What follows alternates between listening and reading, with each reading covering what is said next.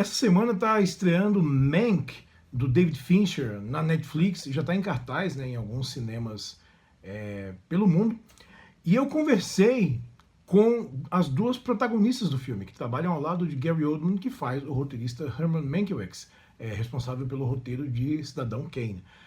Falei com Amanda Seyfried, que faz a atriz Marion Davis, na época mantinha um relacionamento com o milionário William Randolph Hearst, que foi a grande inspiração para criar Cidadão Kane, e também com a Lily Collins, que faz a Rita Alexander, que foi enfermeira e confidente do Mankiewicz enquanto ele estava se recuperando de um acidente de carro nas semanas em que ele se dedicou a escrever o roteiro. Então tem um pouco de flashback no meio.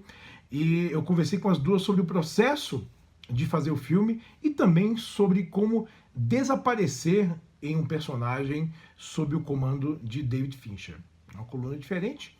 Então, se você gostou, de cara já se inscreve aqui no canal do UOL no YouTube, dá like no vídeo, marca o sininho para receber notificações sobre novos vídeos e eu deixo vocês com o meu papo com Amanda Seyfried e Lily Collins.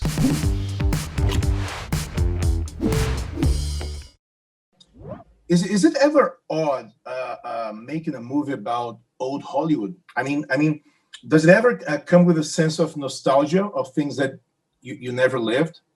Yeah, I mean, I remember the first time I felt that when I was shooting a movie in the 70s, that was set in the 70s, and I was like, God, I'm so lucky that I get to visit this. There's a lot of money being poured into making this feel authentic, in the 70s, and I feel the same way. It's a good question. I feel the same way in the 30s. Like, of course, I never got to experience it. I've seen a lot of the movies. It's glamorous and opulent and somewhere I will never go. And how amazing is it that I can play a character, imitate somebody that really survived in that era. It's like a young actor's dream come true. I wish I could tell my younger self that I was gonna do this. It's like you never expect it to be able to walk into this world. So walking into this world as Marion Davis, did you have to do a lot of research on her, or did David ask you to just trust his direction and stick to the script? How was the process of bringing your Marion to life? It was both. It was a lot of dialogue with David and Gary, and running through scenes and trying to find the moments and the subtleties that were needed to tell the story in the way that he wanted to tell it. I mean, there was that a lot of dialogue, and then on my own, like a lot of us, we read books and watched movies, and I mean, I had to familiarize myself with the real Marion Davies, not who she was on camera. So watching the movies helped in finding mannerisms, but that's not where you're going to find the meat. It was there's this autobiography that's really fun. It's a fun read. It's based on interviews that she'd done like 10 years before she died, and it was just her recollecting her life and going down memory lane, and that was really helpful. But I gotta say, the script had it all there. The jumping off point was so rich with information that Okay. I didn't need all that stuff. I just wanted all the extra information. How rare is it for in Hollywood to get a script that is so sharp and so fully developed? Because your character, it's all there, and when you get into the scene, we don't see you, we see her, and it's amazing. Thanks. That's a nice thing. I mean, I love that. That's the point, right? That's the point.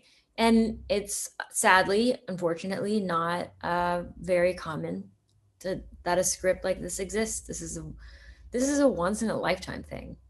Like, it's not just the best thing that's happened to me, the best script that's come to me in the last couple of years. It's like the best that's come to me in my career. And I don't know if I'll ever get another one like it.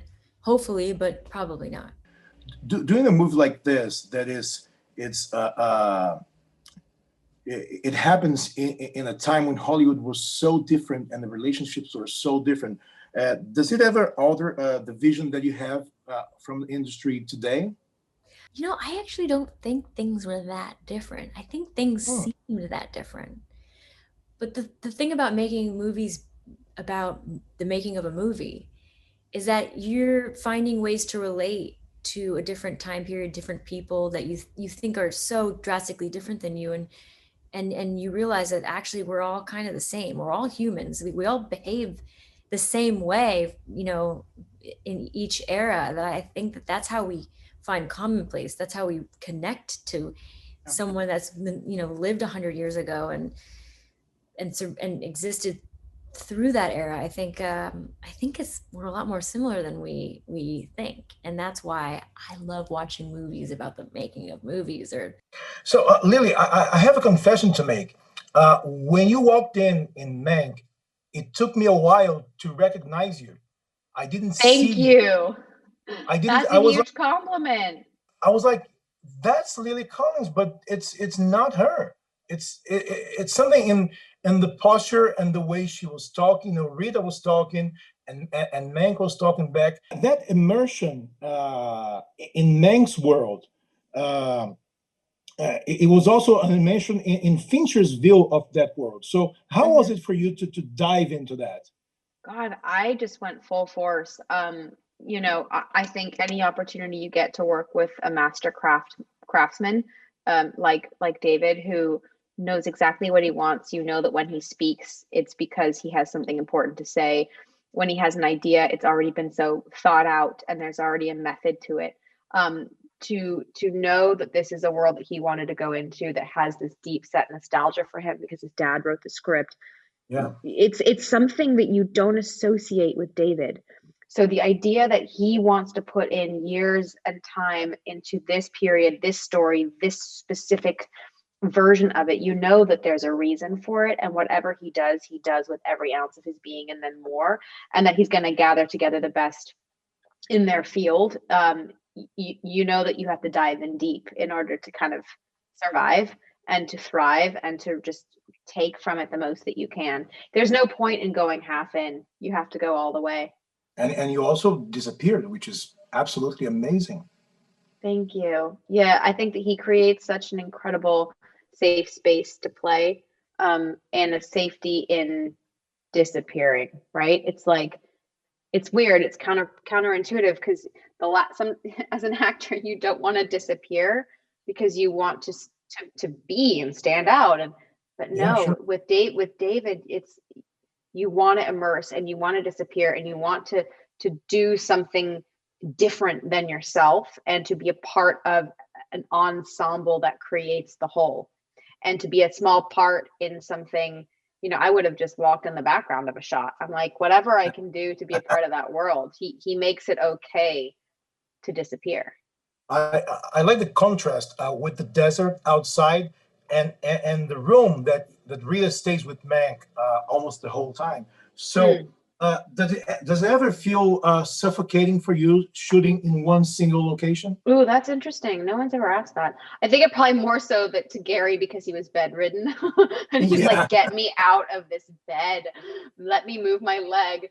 I think it was actually quite, it built the tension, and also it allowed for their relationship to grow because they couldn't go anywhere and be distracted. It's actually kind of like quarantine, right? It's like, yeah, what do you do when you're not distracted by the normal things that you would be distracted by, when you can't see the people that you can normally see, when you're actually within the same room and you're forced to face metaphorical mirrors about yourself and deal with it and deal with addiction, insecurities, vulnerabilities, all these things. And I think that Rita is that therapist, confidant, metaphorical mirror that all of us have had in front of us right now during quarantine, that we all need that in order to move past things. And I think that it's kind of reminiscent of today. So as uncomfortable as it would have been, it only further aided their development of their relationship, I think.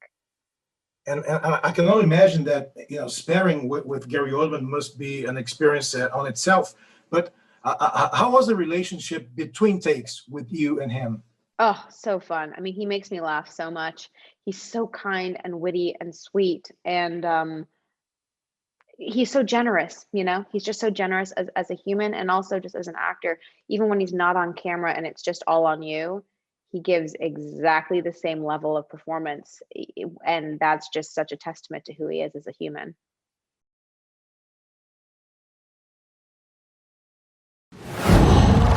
Wow.